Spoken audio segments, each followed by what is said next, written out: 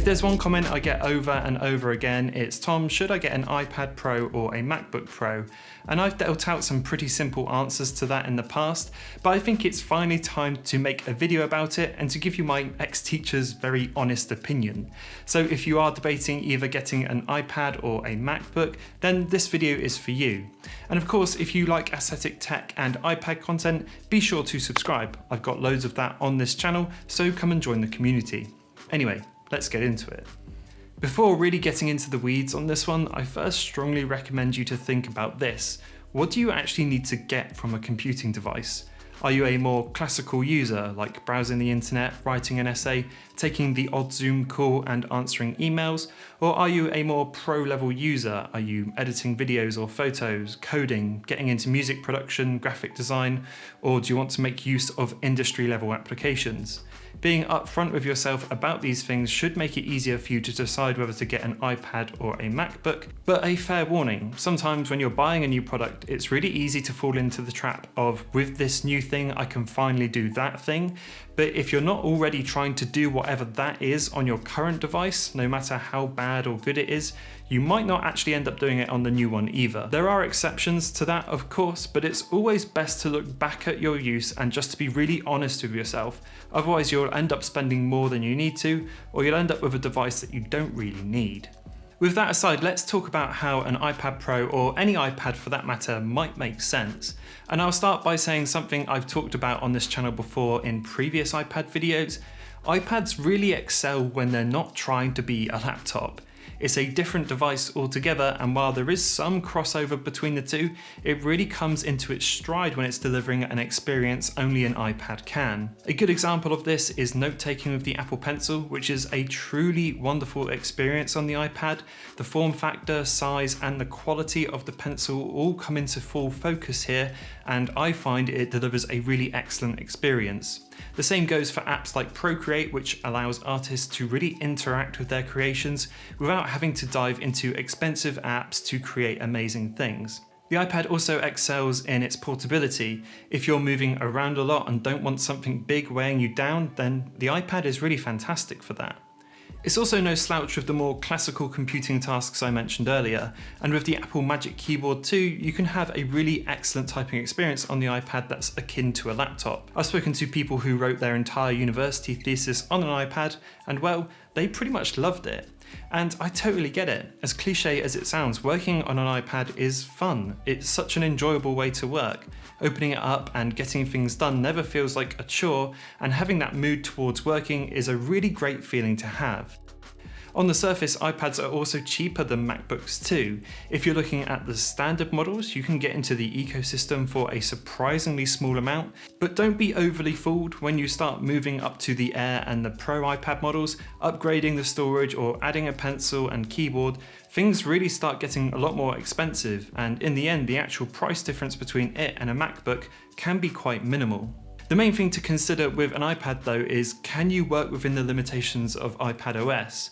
Don't get me wrong, I really love iPadOS, and once you get a good handle on it, there's so much you can do, but it is still limited. Not all apps support multitasking, you can't navigate away from a video call without losing your video feed, file management still has its issues, and while the USB-C port is amazing to have, external monitor support still isn't here, and not all plug-in accessories work like you'd expect them to.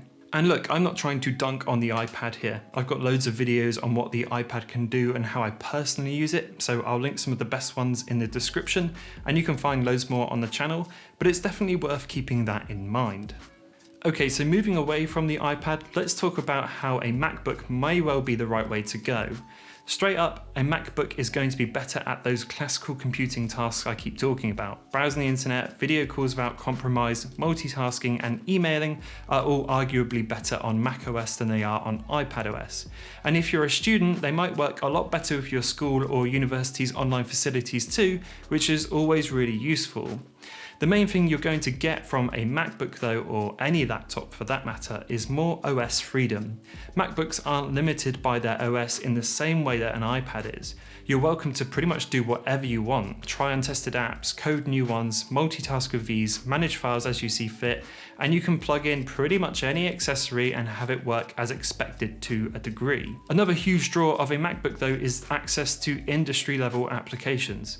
iPads do have some exceptional apps, there's no denying that, but with a MacBook you're getting access to pretty much everything out there. The full Adobe Creative Cloud suite, Logic Pro, Final Cut Pro, Pro Tools, DaVinci Resolve, Xcode, and literally anything else. It's all here, fully featured and not watered down at all. Not to mention, now that Apple have introduced the M1 chips into the newer generation of MacBooks, you can even run iPad apps on a MacBook, and while it's not perfect, it does still work.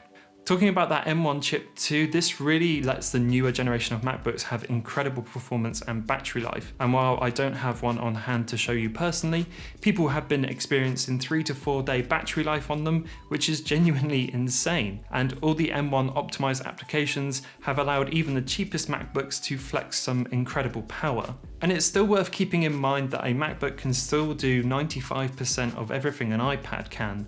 The experience might be up and down, and it might also depend on what accessories you have to buy for the MacBook, but it is totally possible. Okay, so that goes over what both of the devices are good and not so good for, so let's dive into my very honest opinion. As a former teacher and someone who now uses a variety of devices to get my work done, I always say the same thing. If you can only have one, get a MacBook Pro or Air. And the reason for that is really simple. A MacBook or most laptops can pretty much do absolutely everything you're going to throw at it. You're never going to get hung up on the fundamentals. You're going to have full access to all the apps and browser needs you'll likely need as a student or within any job, and it's going to be a safe bet for collaborating with others. I really love iPads and I'm going to continue finding new ways of using it within my working life, but if you made me choose between the two, I would always go for the MacBook. Remember though, at the end of the day, the only person who can figure out the right one to choose is yourself. There are no wrong answers here. You will be able to make fantastic things with either of these devices, and remember that my use case is likely very different to yours. I edit YouTube and client videos every single day, and I need a MacBook to do those things effectively within my personal workflow, but also within my clients' workflows. And I'm not saying it's impossible to do those things on iPad. It only takes one look at the amazing Christopher Lawley's channel to see how much you can really do with them. So keep in mind, this is just my unfiltered, honest opinion on it. For me, the perfect scenario for an iPad is still as a complementary device to a more traditional PC experience, and this is where Apple first positioned it as a go-between an iPhone and a MacBook. And I think for me, it's still mainly positioned there. My main workstation is still very much either a MacBook Pro or a desktop PC setup, and the iPad Pro serves as a wonderful addition to that, whether it's acting as a second screen through Sidecar, or I'm just using it to make notes during meetings or to edit some photos. I love it hugely for those tasks, and sometimes when I have a lighter day of work, I know that I can just take my iPad with me and get everything done that I need to. Now, I'm not suggesting this is the way to go to for everyone. Having both is obviously a luxury, and I'm very lucky to have that. But for me, this is my favourite way to use an iPad, at least for now. As always, I'm really interested to see what you all think, so let me know in the comments below which you'd pick or which one you're using right now. I always enjoy reading what you have to say. Anyway, there you have it. I hope that answers this question from me once and for all. Of course, I am open to change. The iPad is always on the up and up. It's one of my favourite devices, and as the OS develops, I'm sure it will only get better and better. But for now, right in this moment, and potentially for the next few years, especially with Apple bringing their own silicon, I think the MacBook Pro is still the way to go. So I hope you enjoyed the video. Give it a like on the way out if you did, and I will see you all in the next one.